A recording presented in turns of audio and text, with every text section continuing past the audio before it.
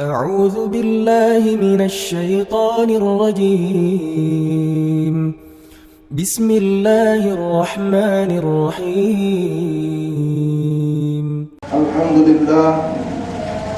الحمد لله الذي نحمده ونستعينه ونستغفره ونعوذ بالله من شرور أنفسنا ومن سيئات أعمالنا. من يهده الله فلا مضل له ومن يضلله فلا هادي له.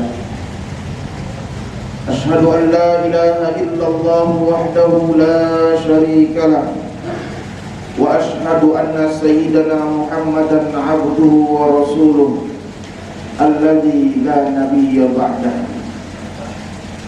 اللهم صل على سيدنا محمد طب القلوب ودوائها وعافية الأبدان وشفائها ونور الأبصار وضيائها وعلى آله وصحبه رسول الله أجمعين. فيا أيها الناس اتقوا الله لعلكم تفلحون واتقوا الله لعلكم ترحمون. وقال الله تعالى في القرآن الكريم: أعوذ بالله من الشيطان الرجيم. بسم الله الرحمن الرحيم. إنا أرسلناك شاهدا ومبشرا ونذيرا وداعيا إلى ربه وسراجا منيرا. صدق الله العظيم وصدق الله على النبي الكريم ونحن على ذلك من الشاهدين والشاكرين. Hadirin jemaah sidang salat Jumat yang dirahmati Allah, tetaplah senantiasa kita bersyukur kepada Allah atas nikmat yang telah Allah karuniakan kepada kita. Berselawatlah kita kepada Rasulullah sallallahu alaihi wasallam. Mudah-mudahan kita termasuk umatnya yang senantiasa mendapatkan syafaat, tidak hanya di dunia tapi juga sampai di akhirat kelak. Hadirin jemaah sidang salat Jumat yang dirahmati Allah, tetaplah senantiasa kita bertakwa kepada Allah. Sebagaimana maksud daripada takwa itu ialah imtisalu awamirillah wajtinabu nawahi, yakni senantiasa melaksanakan seluruh perintah Allah sembari menjauhkan diri dari segala bentuk larangannya. Yang mudah-mudahan dengan salah satu ibadah yang kita lakukan pada siang hari yang berbahagia ini, termasuklah kita hamba-hamba Allah yang mendapatkan predikat muttaqin. Amin, amin ya rabbal alamin. Hadirin jemaah sidang salat Jumat yang dirahmati Allah Subhanahu wa taala. Pada tanggal 3 Maret 1924, akhirnya Mustafa Kemal Atatürk resmi membubarkan kekhalifahan Turki Utsmani. Hampir 100 tahun runtuhnya kekhalifat Islam itu berlalu, dan banyak mengkait-kaitkan karena masuknya di tahun 2024. Hal ini tak terlepas dari sabda Rasulullah sallallahu alaihi wasallam, bahwasanya Rasulullah sallallahu alaihi wasallam katakan, innallaha yab'atsu li hazil ummah ala ra'si kulli mi'atin sanah may yujaddidu laha dinaha. Bahwasanya Allah Subhanahu wa taala akan mengutus setiap 100 tahun sekali itu orang-orang yang diberikan predikat mujaddid atau pembaharu Islam, yang senantiasa mengembalikan kejayaan Islam melalui kebesaran Al-Quran dan Hadis. Rekonstruksi berpikir inilah yang senantiasa dikaitkan oleh sebahagian para ulama bahwa momentum 2024 menjadi momentum kebangkitan Islam. Sebagaimana yang disampaikan oleh Imam As-Suyuti dalam kitab Talkhisul Murad fi Fatawa Ibnu Ziyad, Di awal kebangkitan Islam itu, di abad pertama kita mengenal dengan sosok seorang yang sangat luar biasa, fenomenal, Umar bin Abdul Aziz. Di tahun selanjutnya, abad yang kedua, lahirlah Muhammad Idris bin Asy-Syafi'i atau Imam Asy-Syafi'i yang berhasil meletakkan fondasi metodologi studi Islam atau sering disebut dengan usul fikih. Di tahun yang ketiga kita mengenal Imam Al-Asy'ari yang memperkenalkan pemahaman tentang ahli sunnah wal jamaah.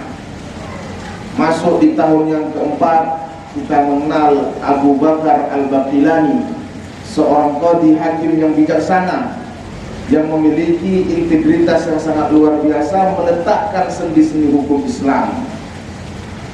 Pada abad yang kelima kita mengenal sosok mujaddid yang memasuki filsafah hukum Islam, yaitu Imam Al-Ghazali melalui kitabnya Ihya Al-Ulumuddin. Di abad yang keenam kita mengenal Fakhrur Razi Imam Ar-Rafi'i yang meletakkan sendi-sendi ilmu tafsir.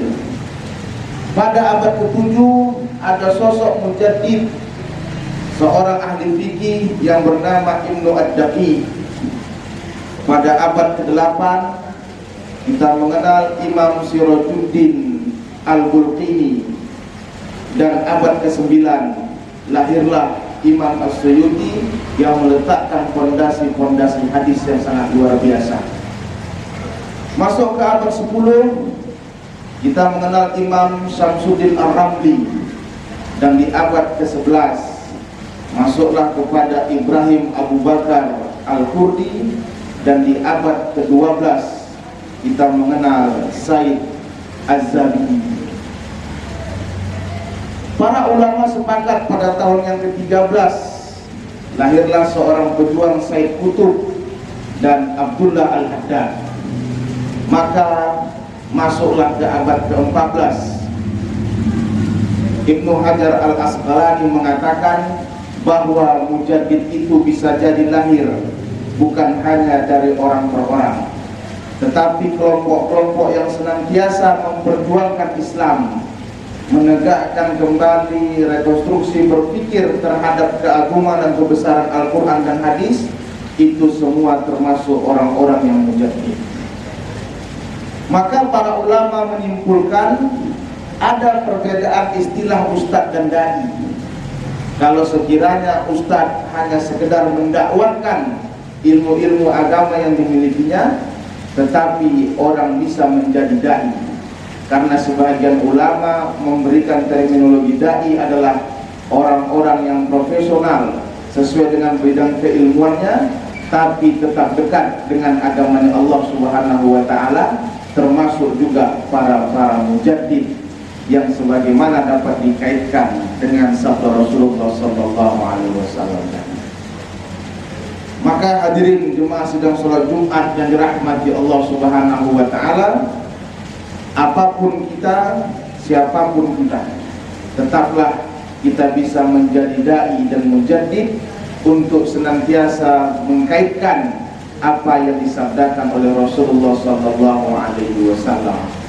Profesi apapun yang kita miliki saat ini, nama kita bisa tertulis sebagai mujaddidnya Allah yang senantiasa dalam bidang keilmuan apapun tetap menegakkan agama Allah dan membesarkan hukum-hukum yang telah digariskan oleh Allah Subhanahu wa taala. Maka insyaallah mudah-mudahan dengan memasuki tahun 2024 ini kita paling tidak mengoptimalkan potensi yang ada pada diri kita untuk minimal merubah diri dari yang sebelumnya biasa-biasa saja menjadi hamba Allah yang lebih baik, paling tidak minimal dari situasi kondisi ibadah kita di hadapan Allah Subhanahu wa taala. Insyaallah mudah-mudahan kita semua ditakdirkan oleh Allah menjadi para mujaddid sebagaimana yang sudah tertulis indah sejarah dimulai sejak zaman kekhalifahan Umar bin Abdul Aziz dan diakhiri dengan sosok Said Kutub dan Abdullah Al-Haddad. Mudah-mudahan khutbah Jumat yang singkat ini menggerakkan gairah kita untuk senantiasa menjadi para pembaru-pembaru Islam dengan profesionalisme kinerja yang kita miliki di hadapan Allah Subhanahu wa taala. Amin ya rabbal alamin. Barakallahu li wa lakum fil Qur'anil azim wa nafa'ni wa iyyakum bima fihi minal ayati wa dzikril hakim. Wa taqabbala minni wa minkum tilawatahu innahu huwal ghafurur rahim.